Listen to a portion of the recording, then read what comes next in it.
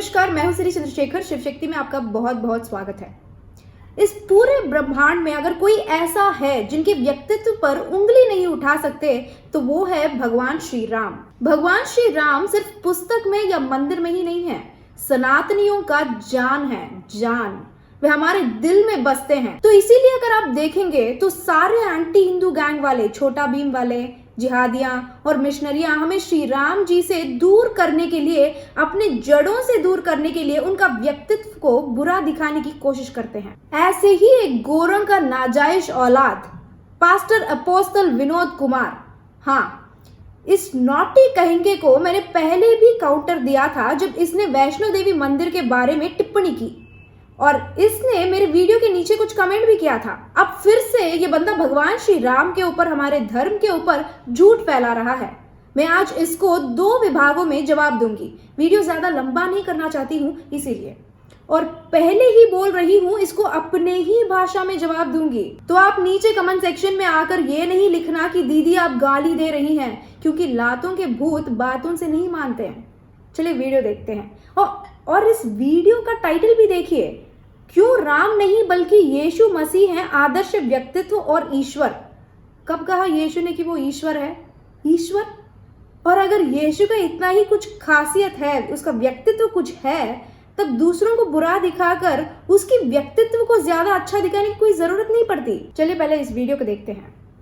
जैसा कि आप सब जानते हैं, मैं उत्तराखंड का रहने वाला हूँ। उत्तराखंड से मैं बिलोंग करता हूँ और मेरा परिवार जो है वो एक कट्टर हिंदू परिवार है। कट्टर हिंदू बैकग्राउंड फैमिली से मैं आता हूँ और बचपन से लेकर बड़े होने तक हमने जो है मूर्तियों की उपासना की है। मेरे पिता जो है वो बहुत बड़े राम भक्त थे। सुबह सुबह उठ जाते थे और हमारी जो है लंबे समय तक हमारी सुबह की शुरुआत जो है वो भजनों से होती थी। मेरे पिताजी जो है सुबह सुबह राम भजन लगा देते थे और खुद भी जो है भजन गाते थे। अपने काम काज भी कर रहे हैं यहाँ वहाँ और उसके बाद भजन भी चले जा रहे हैं। तो ये सारी चीज़ों में हम बड़े हुए हैं, ये सारी चीज़ें देखते सुनते हम बड़े हुए हैं और कभी ऐसा लगा नहीं कि इसमें कुछ अजीब बात है, कुछ अजीब चीज़ है, क्योंकि हमें पता था कि ठीक है भक्ति कर रहे हैं, कोई बात नहीं। कभी मौका मिला तो धूप बत्ती कर दी, कभी मौका मिला तो हाथ जोड़ दिया, लेकिन उससे ज़्यादा कोई हैरानी की बात नहीं है। कोई ऐसी बात नहीं है जिसके ऊपर ध्यान दिया जाए, तवज्जो दिया जाए।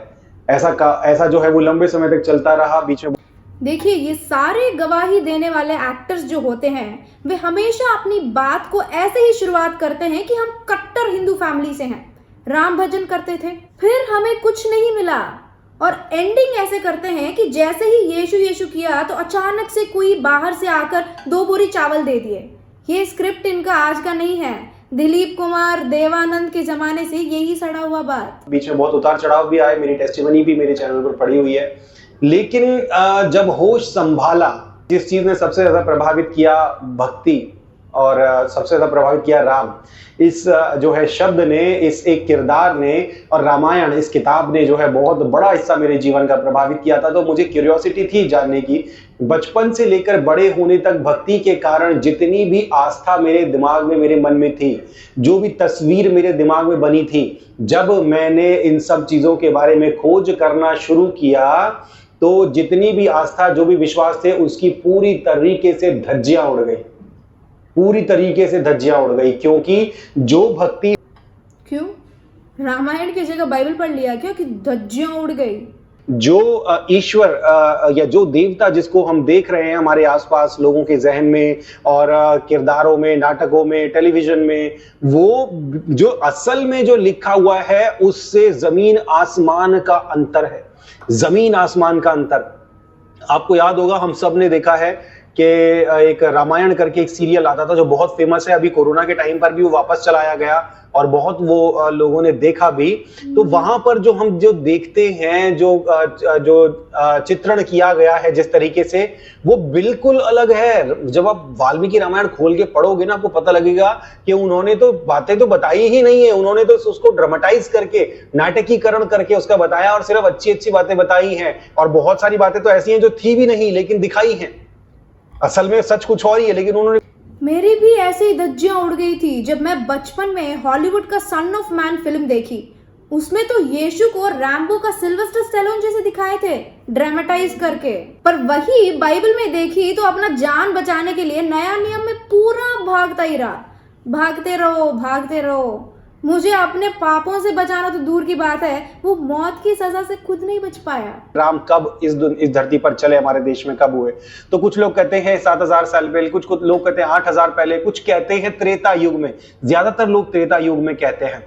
तो जब आप इस बात को समझोगे, ज्यादातर क्या, हर कोई त्रेता युग में ही कहता है।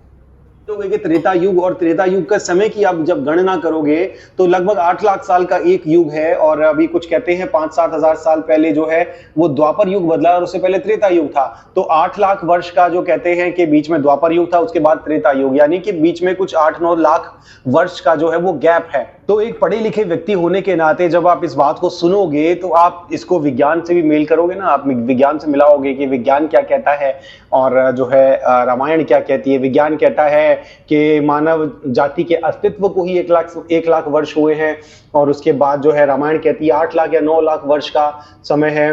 उसके बाद जो है जब आप, हाँ, पूरे देश दुनिया में यही एक पढ़ा लिखा मिशनरी छाप है। वैज्ञानिक कह रहे हैं 1 लाख साल, सनातन कह रहा है 8 लाख साल या उससे ज्यादा। तो द वेरी मॉडर्न पढ़ा लिखा पादरी विनोद कुमार जिस किताब को मानता है या अब उस किताब का मार्केटिंग करने आया है, वो किताब कहता है कि मानव जाति का शुरुआत बस 5-6 हजार साल पहले ही हुआ था। अब यहाँ पर इस नालायक को वैज्ञान की याद नहीं आया। वाल्मीकि रामायण के अंदर चीजें पढ़ते हो, आप उन सब चीजों की गणना और उन सब चीजों का हिसाब लगाने लग जाते हो कि कौन सी चीज कब हुई। फिर आप देखते राम सेतु के बारे में आप पढ़ते हो, राम सेतु कहते हैं नल नील ने और वानर सेना ने बनाया है पत्थरों से। तो उसका जब आप उसकी लंबाई चौड़ाई देखते हो, वर्णन बताया गया है उसके हिसाब से कुछ 1200 किलोमीटर लंबा और 120 किलोमीटर चौड़ा वो पुल था। कोई तुक नहीं, कोई लॉजिक नहीं है। चलो ठीक है, 1200 किलोमीटर लंबा पुल तो बना दिया, लेकिन 120 किलोमीटर चौड़ा पुल बनाएगा कोई? इतना लंबा चौड़ा पुल कोई कैसे बनाएगा और क्यों बनाएगा? कोई लॉजिक नहीं है, कोई बात नहीं है। उसके बाद आप देखते हो, क्यों नहीं है?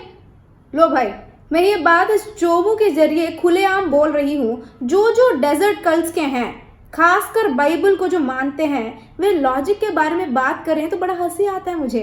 लो जी, अभी बाइबल से कुछ वैज्ञानिक की बात करेंगे। पवित्र बाइबल उत्पत्ति अध्याय 2 वाक्य 7 से पढ़ रही हूँ, अब ध्यान से सुने। तब यहोवा परमेश्वर ने पृथ्वी से धूल उठाई और मनुष्य को बनाया। यहोवा ने मनुष्य की नाक में जीवन की सांस फूकी और मनुष्य एक जीवित प्राणी बन गया। क्या किया इस महोदय का गॉड ने? धरती की धूल से एक इंसान को बनाया। किसे? धरती की धूल से, वही आदम को, और उसके नाक में हवा फूकी। उफ, तो बंदा जीवित हो गया। अब आप मुझे बताइए, इसमें कोई लॉजिक है? क्यों रे विनोद कुमार, तुझे रामायण भारत का इतिहास मिथक लगा, पर यहोवा आदम के नाक में फूंक मारकर उसको इंसान बनाना एकदम लॉजिकल लगा? भाई, 2 बोरी चावल के बदले दिमाग को ही छोड़कर धर्म परिवर्तन कर लिया। बड़ा कमजोर लेग पीस है रे तू। हो कि कहते हैं हनुमान जी ने सूर्य को निगल लिया और सूर्य को निगलकर पृथ्वी पे आ गए, गुफा में छुप गए, फिर वहां पे देवी देवता आए। उसके मतलब टोटल इलॉजिकल बातें जिनका कोई सिर पैर नहीं है। ये मुझे, जब मैंने इन सब चीजों को जांचा परखा तो पाया कि बिल्कुल बिना सिर पैर की बातें हैं। क्या है इलॉजिकल? दिखाओ मुझे। बाइबल में यूहान सुसमाचार में लिखा है कि यीशु 5 रोटी और 2 मच्छियों को 5000 लोगों को बांटा था। कोई लॉजिक है इसमें? दिखाओ मुझे लॉजिक। कोई ऐसे कैसे बांट सकता है? अब इसी चीज को ये गधा चमत्कार कहेगा। वैसे यहाँ पर एक सवाल है, अगर यीशु इतना ही चमत्कार कर सकता तो 5000 लोगों को 5000 रोटियां और मच्छी क्यों नहीं दिया?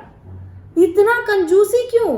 इसीलिए उसको आज तक अपने ही लोग मसीहा नहीं मान रहे हैं। आकार इतना बड़ा कर सकते थे तो उन्हें इतना सब कुछ करने की, पुल बनाने की जरूरत क्या थी? अपना हाथ ही रख देते, अपना खुद ही वहां पर थोड़ी देर के लिए लेट जाते या अपनी उंगली रख देते तो पुल अपने आप ही बन जाता। तो कोई लॉजिक नहीं है। अगर कोई ताकत है, कोई शक्ति है, तो इसलिए ना कि उसका इस्तेमाल किया जाए। और कितनी बड़ी इलॉजिकल बात है कि जब धनुष खींचा तो समुद्र देवता निकल कर आ गए। समुद्र का यही तो मैं भी बोल रही हूँ, कितना इलॉजिकल है बाइबल भी। 5000 लोगों के लिए 5000 रोटी और मच्छी क्यों नहीं ला पाया यीशु? इतना ही चमत्कार, इतना ही शक्तिमान है तो। समुद्र का देवता अलग है, समुद्र में भी पानी है, नदी में भी पानी है, लेकिन समुद्र का देवता अलग है और नदी की देवी अलग है, फिर एक देवी, फिर दूसरी देवी, फिर समुद्र का देवता। अब समुद्र बोलने में, ओशन जब बोलने में जब आता है तो वहां पर एक मेल साउंड करता है ना, एक पुरुषवाचक शब्द है समुद्र, तो वहां पर एक देवता दिखा दिया। लेकिन नदी जो है वो एक स्त्रीवाचक शब्द है, तो वहां पर देवी दिखा दी। सर पैर नहीं है? अरे गधे, एक तो तू इस धर्म का नहीं है, या इस धर्म के लोग तेरे घर आकर घर वापसी करने नहीं कह रहे हैं, इसको मानने नहीं कह रहे हैं, तो तेरी जलती क्यों है? क्या ये गधा अपने चचेरे भाइयों के पास जाकर अल्लाह का जेंडर पूछ सकता है? फेंक के मारेंगे इसको। वही इनका परम पिता का जेंडर क्या है? कोई इसका आइडल भी नहीं बनाया, तो कैसे माने कि यहोवा कौन सा जेंडर का है? ये तो इलॉजिकल बात है ना। चलो, अगर इसका प्रश्न का जवाब नहीं दी तो फिर से रोना शुरू करेगा। अबे 7वीं फेल, जवाब दे रही हूँ, ध्यान से सुनना। वाटर साइकिल के बारे में पढ़ा होगा ना? वैसे समुद्र का एक हिस्सा जो बादल बनकर और वही बारिश का पानी नदी का रूप लेती है, उसे धर्म के अनुसार समुद्र का शक्ति माना जाता है, जो अंत में उसकी मिलन समुद्र में ही हो जाती है। अब इस चीज को प्रकृति और पुरुष का कॉन्सेप्ट से देखेंगे तो लॉजिक मिल जाएगा। वही पवित्र बाइबल उत्पत्ति अध्याय 2 वाक्य 22 को देखेंगे तो यहोवा कहता है, दिखाती हूं। यहोवा परमेश्वर ने मनुष्य की पसली से स्त्री की रचना की, तब यहोवा परमेश्वर स्त्री को मनुष्य के पास लाया। क्या ये बाइबल से ही पढ़ी मैं? यहोवा ने दुनिया का पहला स्त्री को कैसे बनाया? पहला पुरुष के पसली से, रिब्स से बनाया। इसको कहते हैं बिना सर पैर वाली बात, इलॉजिकल। चलिए, दूसरा विभाग में तो मैं बाइबल का चिट्टा खोल के बताऊंगी कि यीशु का व्यक्तित्व क्या है। जैसे मैं वीडियो की शुरुआत में बताई कि मैं इस वीडियो को 2 विभागों में रिएक्ट करूंगी ताकि ज्यादा लंबा ना हो, तो दूसरा पार्ट भी जल्दी रिलीज हो जाएगा। तब तक थोड़ा सा इंतजार कीजिए। एक और वीडियो में फिर मिलेंगे। जय श्री राम।